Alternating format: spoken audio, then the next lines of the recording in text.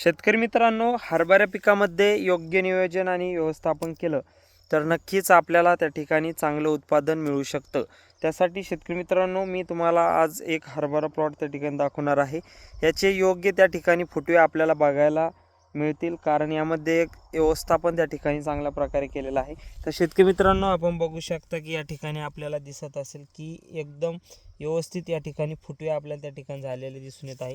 आणि वरल्या साईडला सुद्धा शेतकरी मित्रांनो आपण बघू शकता की चांगल्या प्रकारे फुटवे या ठिकाणी दिसून येत आहे आणि या ठिकाणी फुलं आहे. शेतकरी मित्रांनो, दुसरं जरी आपण बघितलं झाड तरी ते या प्रकारे आपल्याला त्या ठिकाणी दिसून येते, म्हणजे चांगल्या प्रकारे याला फुलधारणा त्या ठिकाणी होत आहे.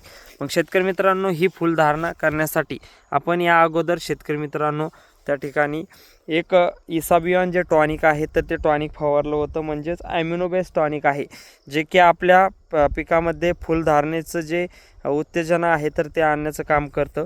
त्यामध्ये प्रकाश संश्लेषण क्रिया त्या ठिकाणी चांगली होते आणि त्यामुळे शेतकरी मित्रांनो झाडाचा सुद्धा सर्वांगीण विकास होतो आणि त्याला फुलं निघण्यास अतिशय मदत मिळते.